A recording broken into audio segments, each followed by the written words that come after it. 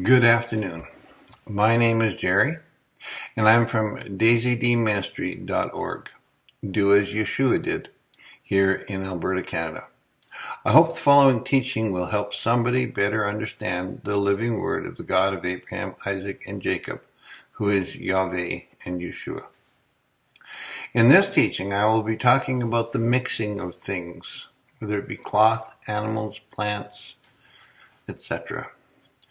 We have scriptures that tell us not to mix certain things, and I'd like to show you exactly why.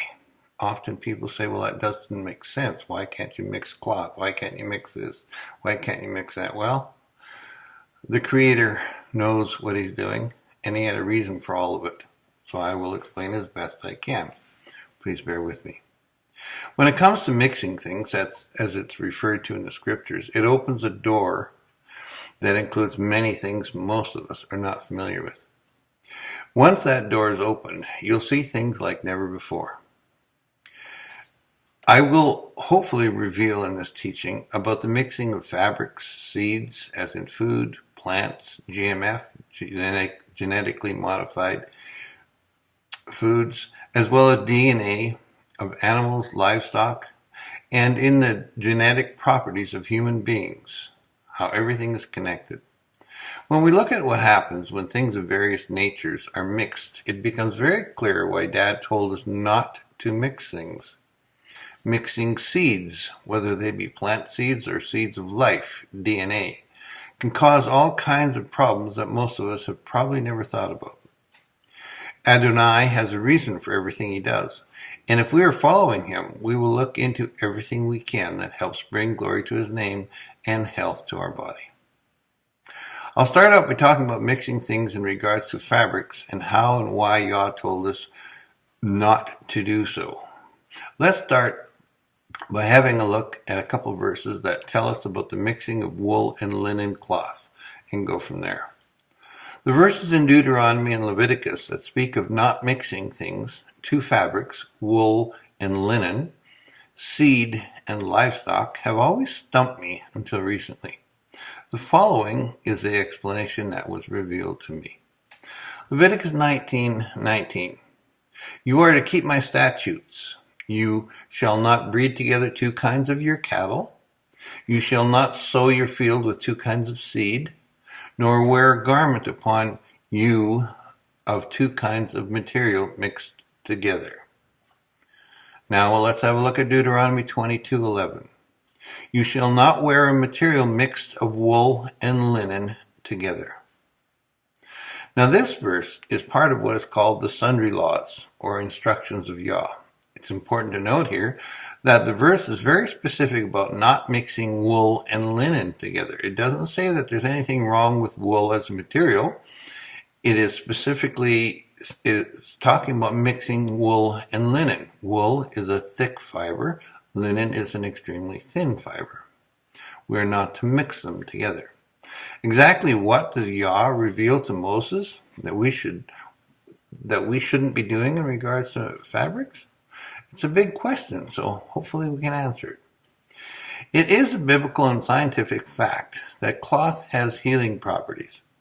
Some types of fabrics are extremely good for influencing the body to heal, and some do harm. It is well known in ancient times, but it seems somehow that simple fact has not been carried out through our generations. To understand about the healing properties of fabrics, we have to delve into very quickly and briefly into the electronic properties of fabrics, called the signature frequency value. All materials are different forms of matter and are represented as vibrating molecules.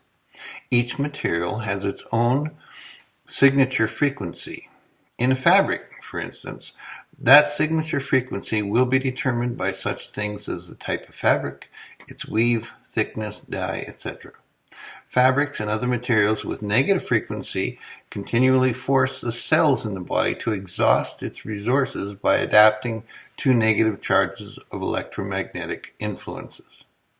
The study of the healing properties of various materials is called signature frequency values, or units of energy. In this study, fabrics are rated with a healing value from 1 as the least to 5,000 as the highest value. Linen and wool have been proven to be the highest rated fabrics for healing because of their reaction to the electronic properties of the human structure. Linen and wool are rated at a value of 5,000 for healing properties. Linen and wool work together with the electromagnetic properties of our body in a very positive way, which inhibits the natural healing of the human body. Polyester, acrylic, spandex, lycra, viscose, and nylon measure 0 on the scale. Then rayon, 15, and cotton, 100, and so on and on. Plant fibers like cotton and hemp are not a healing fiber when measuring its signature energy output. Standard bleached and colored cotton measures 40 units of energy. That's not very much compared to 5,000, is it? The good news is that organic unbleached cotton measures 100 units of energy, which is a normal but not a healing fiber. The silk fabric measures 10 units of measure, which will fail to support health in the human body. Could it be a low number because of its origin? You know what silk comes from. It comes from an unclean animal, an insect. For any individual desiring to be well, the best recommendation from the instructions of the Holy Scriptures is to wear linen or wool, but never together. Although they are both the highest rated healing fibers, when worn together, it was found that they cancel each other out, so to speak, and create a negative value. The biblical warning of wearing wool and linen together, like in Deuteronomy, has been proven in scientific studies to be accurate. The energy of these two fabrics put together, a wool sweater on top of a linen outfit, for example, collapse the electrical field as well as wearing a black colored fabric. In other words, the two together collapse the field. They're both great, but put them together and you have a problem. Same problem you have when you wear anything that is black. 100% wool is a fabric that breathes. It's quite water resistant and has great insulation value. Wool is organic. It breathes much better than cotton, but neither compared to linen. Strictly, from a common sense point of view, we know that thick strands of fabric wool do not mix well with thin strands, like linen. So this is also what Deuteronomy 22:11 is pointing out to us. Now let's have a look at linen. Linen is a natural fiber, high luster textile woven out of fibers from the flax plant. It's labor intensive and time consuming to manufacture, therefore it's more expensive than cotton or other common apparel fabrics, but it's worth it. Linen is the strongest of all the vegetable fibers, being 2 or 3 times stronger than cotton, with the added bonus of not shrinking or creating lint like cotton does. Linen fabric is highly durable and long-lasting. Linen can withstand high temperatures and is also resistant to moths. The lighter weight linens breathe very well and drape the body beautifully. It's very clingy. It's very flowy and soft against the skin, especially the hanky weight. And linen apparel is a wonderful choice for people with sensitive skin, especially. Linen just gets softer and softer each time it's used and washed. And nothing helps keep you cool like linen on scorching hot afternoons in the summer. Linen clothes can be a lifesaver for menopausal, postmenopausal ladies suffering from hot flashes too. Linen is highly absorbent, rapidly removing body perspiration and dispelling moisture. It's also a good conductor of heat and feels cool to the touch. Other noteworthy tidbits. Egyptian mummies were wrapped in linen because it was seen as a symbol of light and purity and as a display of wealth, worn by Egyptian, Greek, and Jewish priests as a symbol of purity. It also typified luxury. Another interesting tidbit is the simple fact that linen was sometimes used as currency in ancient Egypt. Linen comes in a variety of thicknesses known as weights. There's hanky weight, like Irish linen, which is very fine texture. It's the softest and the lightest, and it's slightly sheer when held up to the light. This weight is ideal for hot summers, but also seems to have the most give, so it tends to stretch out a little bit. There's a lightweight, which is also very soft, but the lightweight offers the comfort and floppiness without the sheerness factor to worry about your undergarments showing through. There's medium weight, which is often characterized by a bit rougher surface with nubby areas that give it more texture. This weight is a bit stiffer than hank and lightweight. Medium weight is preferable for most moderate and cooler temperatures, and it will keep you warmer than hanky weight or lightweight linen. Subsequently, it doesn't breathe quite as well as the lighter weights. Then there's the heavyweight, which is a coarser fabric, preferable for cold months in cold climates. By adding layers in lighter weights, you can improve breathability and fabric softness. Linen has been scientifically proven to have healing characteristics. For example, linen is exclusively used in operating rooms, and it's the only natural material utilized for internal sutures in a surgical setting. When wearing 100% linen, many individuals have testified that their healing was rapid.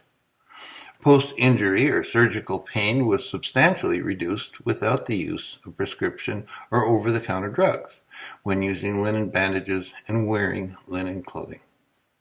Now let's look at the health benefits of wearing linen.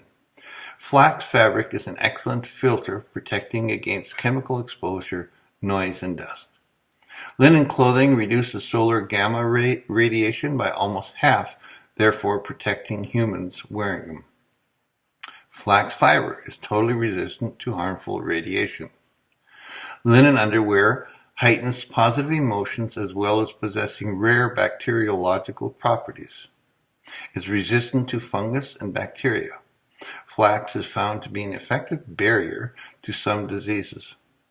According to Japanese researchers, studies have shown that bedridden patients do not develop bed sores where linen bed sheets are used.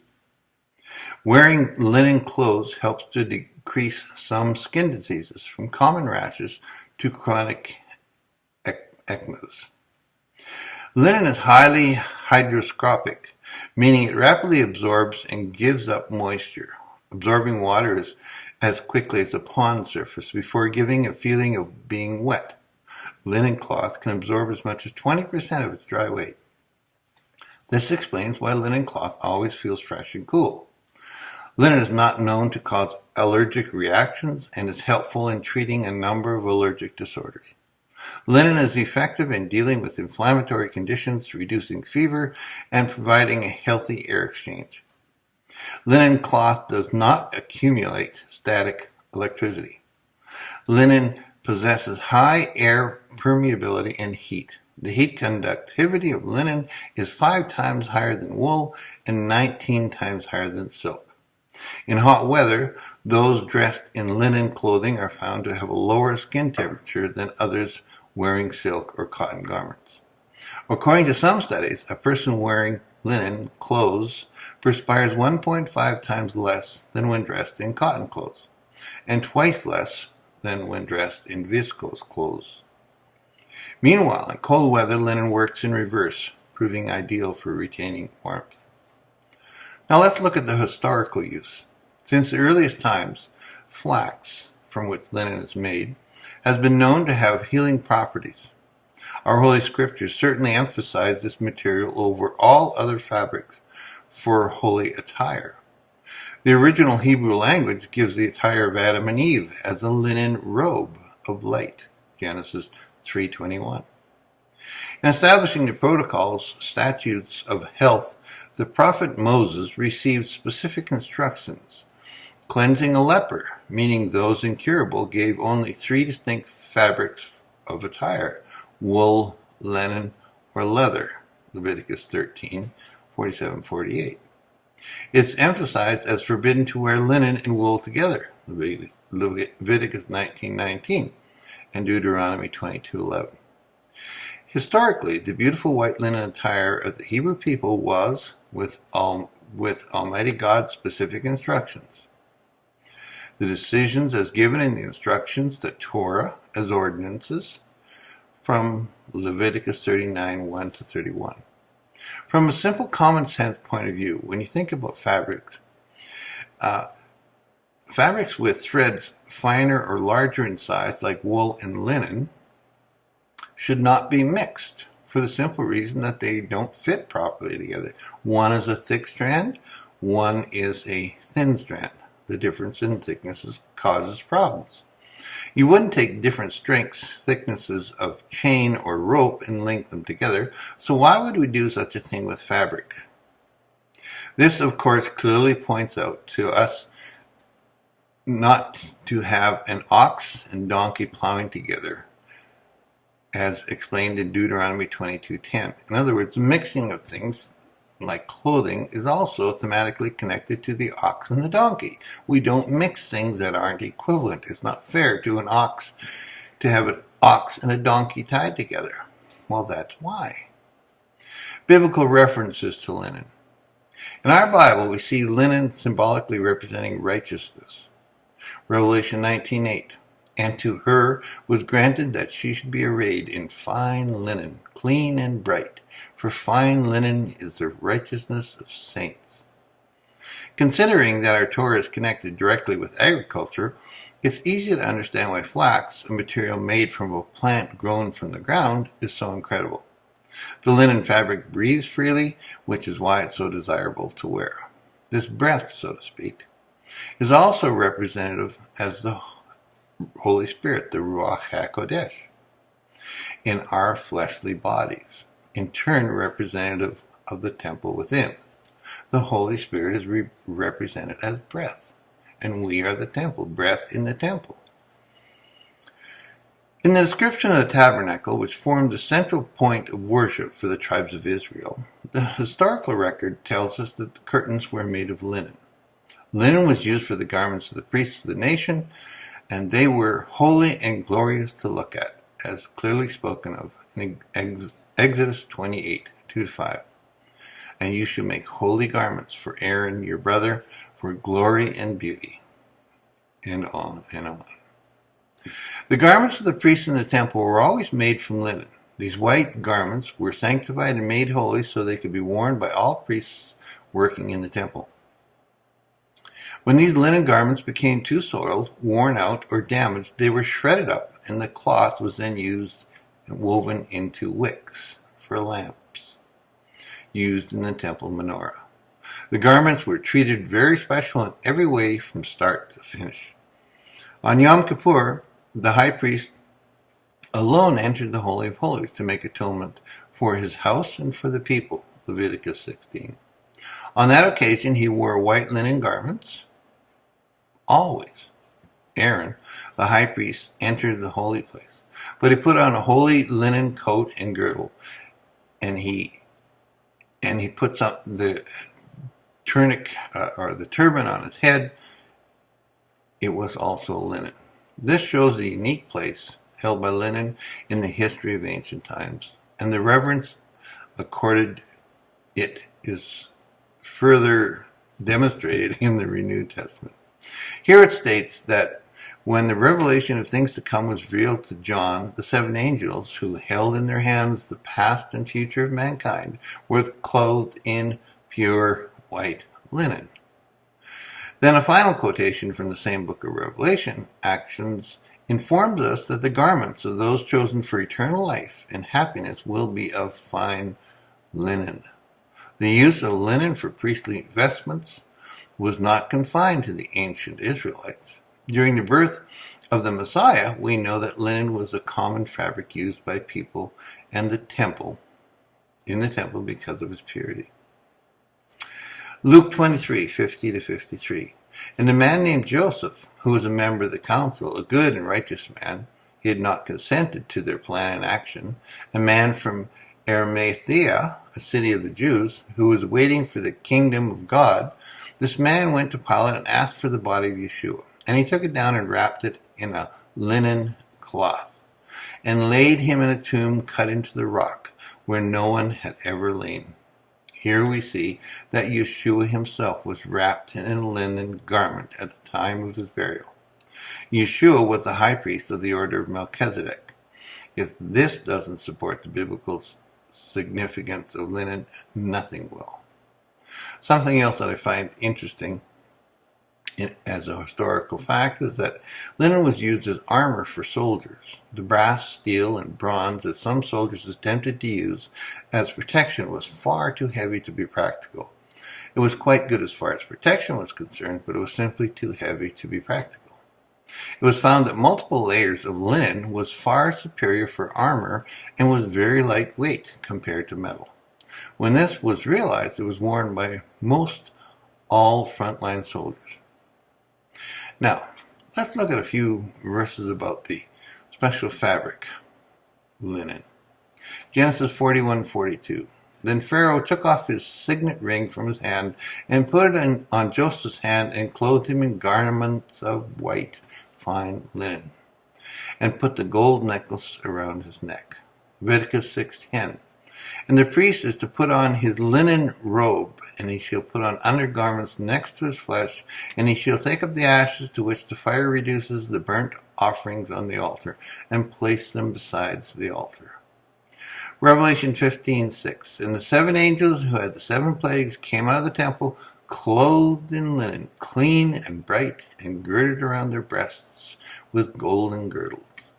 Revelation 19:14. And the armies which are in heaven, clothed in fine linen, white and clean, were following him on white horses. Revelation 19:8.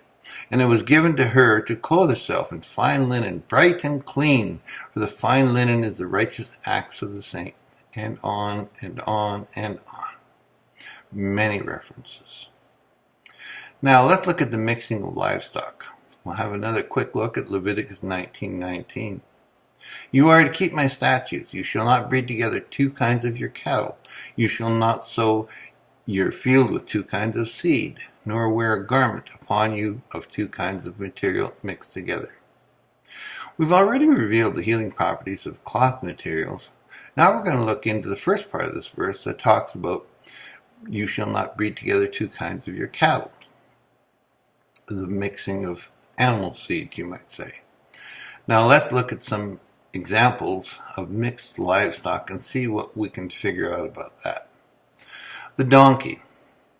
The donkey was a very prominent, useful animal in biblical times. When the male donkeys, jack, bred unnaturally with the female horse, a mare, the resulting unclean offspring was known as a mule, also called a jackass or ass.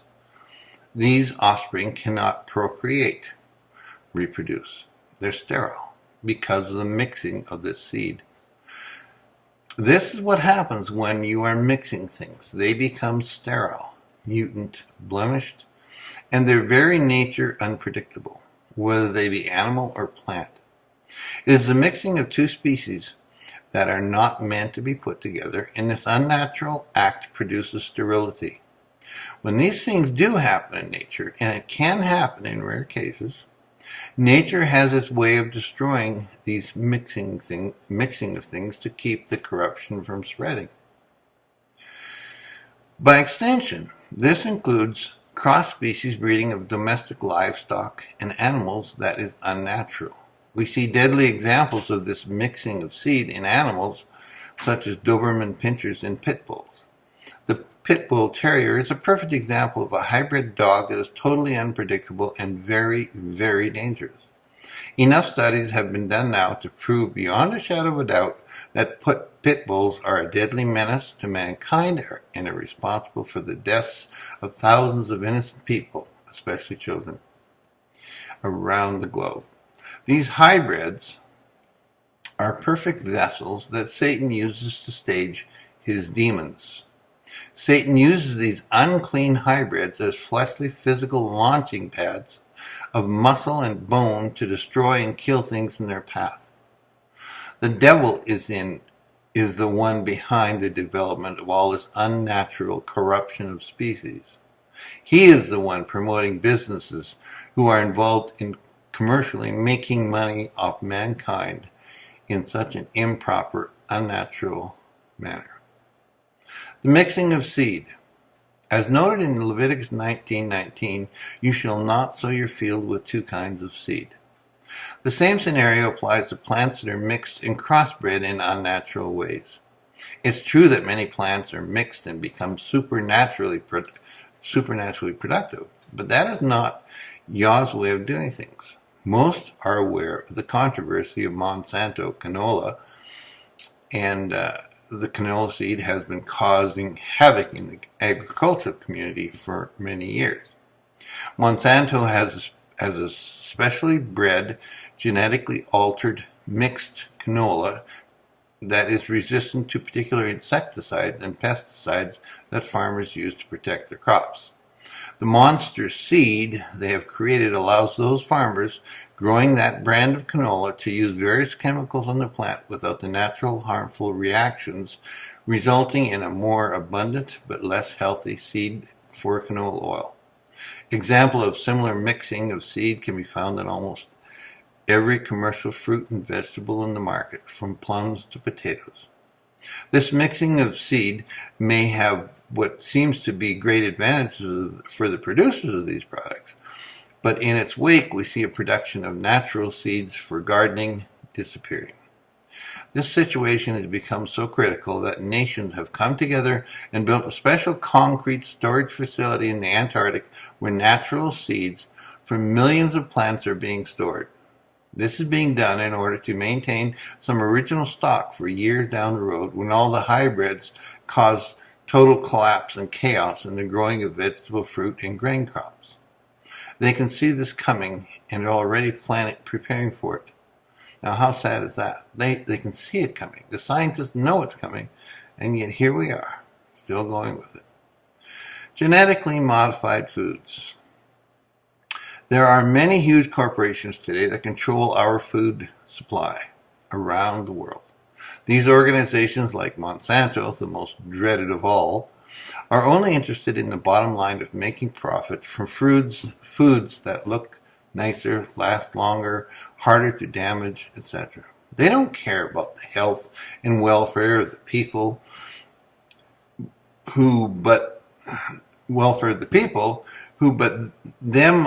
but only the welfare of the product on the grocery shelf. The famous caveat emptor applies to this case. Let the buyer beware. They only care about how the product lasts, how long it lasts, how it looks, and how it's handled. Satan is the one behind all the genetically modified foods today because he wants everything originally created by Yah changed, broken up, destroyed. Satan is behind the cloning of plants, animals, and humans. Satan is behind the cloning of humans because he knows it will destroy the original plan of life for all mankind. He knows that hybrids, whether they be plant, animal, or human, could evolve and cause the destruction of all that was created.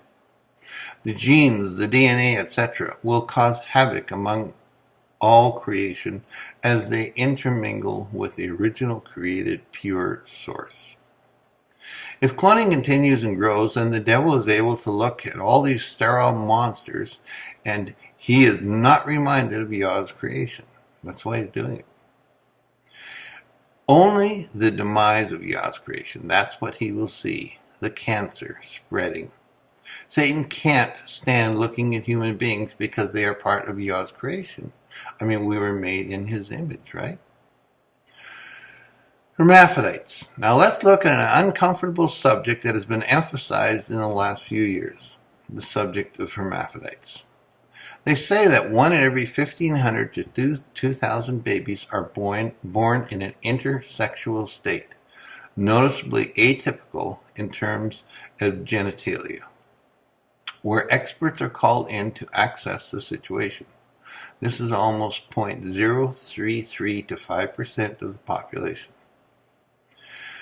Hermaphroditism includes true hermaphroditism and pseudo-hermaphroditism. I don't know how to pronounce that properly. Normal human females are genetically XX and have ovaries. Normal human males are genetically XY and have testes. True hermaphrodites have both ovarian and testicular tissue present in their bodies. As a result of the hormonal effects of these conflicted tissues, a wide variety of external appearances may result. Pseudo-hermaphrodites have either ovaries or testes, but their external appearance does not match their actual genetic gender. A variety of defects can cause these conditions, but the common denominator of these involves an effect on the developing embryo long before birth. The genetic gender of a baby is determined at the moment of fertilization. The DNA blueprint for sexual organ development is selected in accordance with the XX or XY genotype. As with many other birth defects, hermaphroditism can result from either an abnormality in the DNA itself or defect in development as the organs take shape. God chose to use the same design for both male and female humans in the earliest stages of the embryonic development. Under the influence of hormones and the DNA blueprint, certain basic tissues are formed into either male or female structures, and certain tissues regress. Embryologists call those building blocks destined to develop into female structures, like the Mullerian duct system, and those building blocks destined for male structures are the Wolfman duct system. Maybe the thousands of years of people we hear about, maybe the thousands of people we hear about every year in the news don't feel comfortable in a sexual body they happen to be born with, are in fact part of the genealogy of the sons of God of the past. Maybe that's why they want gender changes, implants, and organ removals. Maybe their DNA has caused this confusion in their flesh along with the generational curses. Strange animals and plants. The reality is, we have many strange plant and animal strains that have been developed for various reasons in many industries in this day and age. Genetically modified cattle, pigs, fish, and goats are being produced for a variety of uses. Some produce pharmaceuticals in their milk or blood. Others are resistant to diseases such as mad cow or produce healthier meat or milk. Scientists have found a way to create medicine using proteins extracted from the milk of genetically modified, engineered goats, cows, even rabbits. We also have very strange mutant animals and plants that have come to our attention over the years because of various birth defects and abnormalities. We have, for example, an animal called the spider goat. These goats are genetically modified with the DNA of huge spiders. The milk obtained from these goats is manufactured using synthetic biology in a way that creates a type of superstring or fabric called spider silk that has strength and durability which far exceeds Kevlar and any other man-made fabric. We have an 8-legged octogoat, for example, born to a rancher by the name of Zoran Peperic in Croatia. This goat had both male and female sex organs. Perhaps the most famous real-life Frankenstein monster of this day, the so-called Vacanti mouse, was created by scientists in Massachusetts in 1995 to grow what appeared to be a human ear on its back. The scientists were hoping to demonstrate that it was possible to get living creatures to grow cartilage structure that could be used for transplants onto human patients. The ear mouse, which quickly became famous and was featured on the Jay Leno show, was used instead in the late 90s as a poster mouse, so to speak, for groups opposed to genetically modifying animals.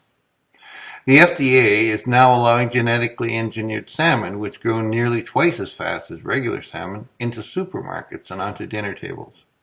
These special salmon are the first officially genetically engineered food to become a part of the human food supply. Advocates say that the fast-growing salmon could be a boom to some fish farmers. while critics argue that they would be a bad influence on the environment and the health of other salmon populations, and for humans in turn who consume the fish. They would have fewer nutrients and more allergens from that particular food. Mixing of water. Revelation 3:14-16. To the angel of the church of Laodicea write, the faithful and true witness, the beginning of the creation of Yah, says this, so I know your deeds, that you are neither cold nor hot. I wish that you were cold or hot. So because you are lukewarm and neither hot or cold, I will spit you out of my mouth. I'd like to address the major misconception here in verse 15-16, where it talks about, so because you are lukewarm, I will spit you out of my mouth. This text has been used with pastors all over the country, entitled The Hot, the Cold, the Lukewarm Christians, etc., etc. These sermons equate these three temperatures, hot, cold, and lukewarm, to represent three types of so-called Christians. The on-fire Christian, the cold Christian, and the lukewarm Christian. This, however, is a misinterpretation of the historical context of these verses. Let me explain. The city of Laodicea was known for its intricate water system. They had hot and cold water channeled into the city. The hot water was used for bathing, etc., and the cold water was used for drinking purposes. Sometimes the hot water would get mixed with the cold water, creating lukewarm water. Messiah uses this natural illustration to teach a valuable spiritual lesson. Hot water is useful and serves a purpose, and cold water is useful and serves a purpose. But lukewarm water is an inconvenience and serves no real purpose. When strangers came into Laodicea, they would drink of the water that was lukewarm and they would vomit. Yeshua knew of this and therefore used the vomiting as a good example of what spiritual life is all about to those who aren't serious. The believers in Laodicea were neither hot nor cold, they were lukewarm. Messiah admonishes them to be either hot or cold, but not tepid. This text is not talking about three different spiritual levels of believers. This text is only addressing two levels of believers. Those who are being used by Yahweh, hot and cold, and those who are not being used by Yahweh at all, lukewarm. Many of the people of Laodicea were famous for the garment district and for their eye salve. These two things made them renowned in all nations. The eye salve in verse 18 is referring to their renowned eye salve in a mocking manner. The Laodiceans also thought that they were rich, when in fact they were poor, wretched, pitiable, blind, and naked. Revelation 3:17. Many churches today have forfeited the possibility of spiritual blessings for monetary gains. Quite often we fail to see our own spiritual depravity. It's only when we stand in front of the mirror of truth that we see ourselves for what we really are. When you take cold water and mix it with hot water, you end up with lukewarm water, which is the mixing of water. Lukewarm water is almost useless. This is also a prophetic way to look at things, the mixing of spirits. Mixing of water, mixing of spirits. This is what we've seen in thousands of the so-called charismatic churches around the world. These businesses, unfortunately commonly called churches, honor the counterfeit spirit and get involved in all kinds of demonic activity, such as slaying the spirit, shaking and laughing uncontrollably, rolling on the floor and seeing gold dust and gold that isn't there. I mean, these crazy things are going on in these Pentecostal churches all over the world. It's not real.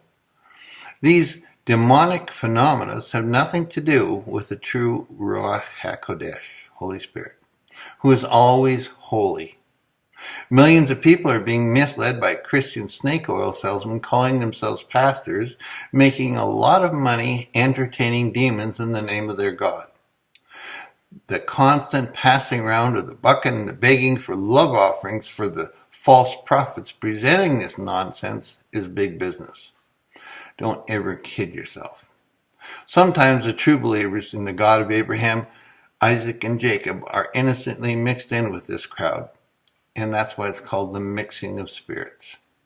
In the same manner that we're warned about the mixing of seeds, cloth, and animals, we must realize that there is an incredible symbolism here.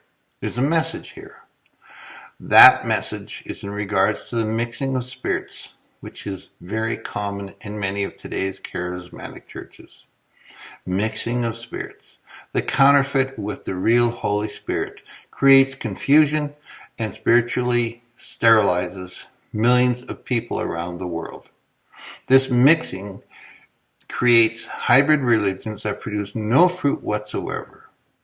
If the believer of Yah and Yeshua have no fruit being produced from their trees, then they are, and maybe, hybrids.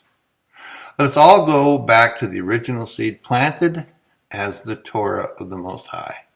Let Yeshua's Spirit inside us supply that pure spring water of life to allow us to always produce heavy and abundant crops of the many fruits of the Spirit. Let's not get sucked in like the people in Brownsville, Pensacola, and Toronto Blessings. Let's not be entertaining demons with demons. Let's not assume that everything supernatural is from the Almighty, because the counterfeit is always there. And that counterfeit is the one who is in charge of those places. In conclusion, what may seem like a very difficult concept of not mixing things, as per Yah's word in Leviticus 19:19 and Deuteronomy 22:11, is in fact proven to be an incredibly intelligent thing to do, even in the eye of science and simple logic. It may at first seem like a trivial statement to be made about mixing of various things, but when we delve into it, we see that Yah never fails to give us a way out. He shows us his wisdom and his knowledge, always. There's a reason he said those things. There's a reason he commanded us not to do this and not to do that. He knows what he's doing. We must have faith and trust him. It shows how important we are to him, that he would go through that much trouble to create things in a specific, special way and then tell us how to deal with them in a special way. It's really something else. He loves us that much. He went through that much trouble. That even in the plants and animals of the earth, he built in special mechanisms to make sure all clean animals and foods were looked after, and that we would eat accordingly, according to what his word said, not according to what man says. This is the kind of dad that we serve. This is truly incredible. To summarize everything in regards to mixing things, it all comes down to this. The Bible is our instruction manual. If we truly have faith in the God of it and do as he instructs, we will be blessed. If we ignore his instructions and mix things up, we will be cursed. These curses can and have already manifested as mutant, sterile, harmful, tasteless, of no nutritional value, facsimiles of genuine food, genetic monsters that do nothing but harm for all of creation. They are like a malignant cancer eating its way through society, causing mental and physical illnesses that have caused chaos in people all over the world. If you want health and well-being, all you have to do is obey what he told us to do in his word. And that is why it's called the living word, because his word promotes life, living, purity. All we have to do is obey. And it all concludes to this, as he so beautifully told us in his word. It all wraps up as this, Ecclesiastes 12:13. The conclusion, when all has been heard, is what? It is to fear God and keep his commandments, because this applies to every person. Every person. So if you want health, trust that his word is correct and follow his word, Obey his word. Show him that you love him, and he will bless you. You are either with him and blessed, or you are against him and cursed. Have a great day. Shalom.